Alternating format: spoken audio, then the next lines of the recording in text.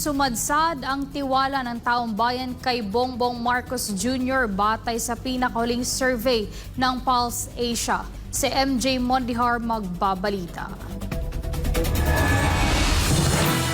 Sa mga nabanggit na opisyal, sino sa kanila ang pinagkakatiwalaan ninyo at sino ang hindi?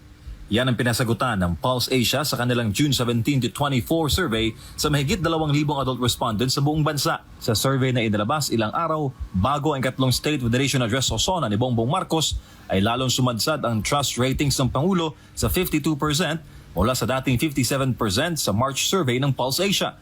Nilagay ka namin dyan, nilagay namin kayo dyan, kailangan baguhin nyo naman yung aming kalakaran sa buhay. Hindi yung lalong nyo kaming napapahirapan dahil hindi nyo tinutugunan.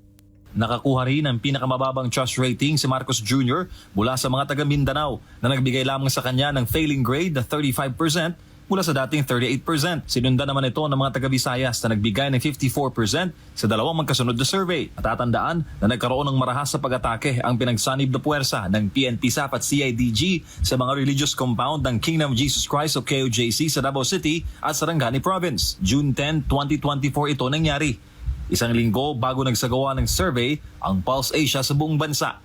Puro politika nasa isip nyo, pagpapalawig ng inyong mga termino. Paninira ang ginagawa ninyo, inaapi nyo, inuusig nyo yung inyong mga kalaban.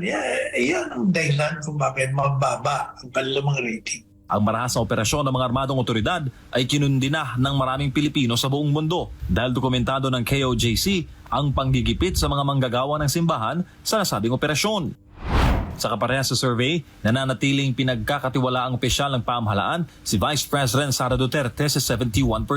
71% din na nakuha niya sa March 2024 survey. 95% din ng mga taga Mindanao ang tiwala kay VP Sara sa dalawang magkasunod na survey. Bukod kay Marcos Jr., ang pinsang buo nito na si Speaker Martin Romualdez kulelat pa rin sa trust rating sa 31 at 35%. Nauna nang umani ng puna sina Marcos Jr. at Romualdez dahil sa kawalan ng konkretong programa para sa mga Pilipino. Sa halip, pinagtuunan nila ng pansin ang pamimigay ng ayuda kasabay ng pa-consort sa iba't ibang bahagi ng bansa. Samantala, bagsak naman ang marka ng Marcos Jr. government pagdating sa foreign policy.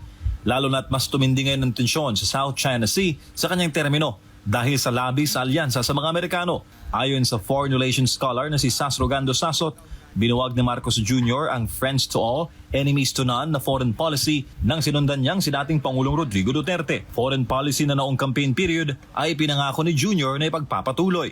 Well, foreign policy-wise, I will give the Bongbong administration a failing grade. Super failing grade.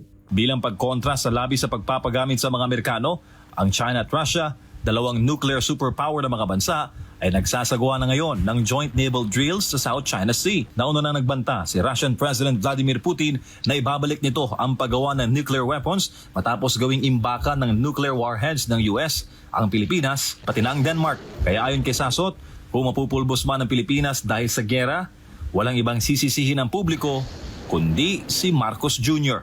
Nakikita natin yung epekto ng kanyang foreign policy right now. Hindi tayo mapakali. Hindi ba? Siya na rin na nagsabi, the Philippines is now in the front lines like in World War II. Sinabi niya yan sa speech niya sa Australia. Para sa Diyos sa Pilipinas kong mahal, MJ Mondihar.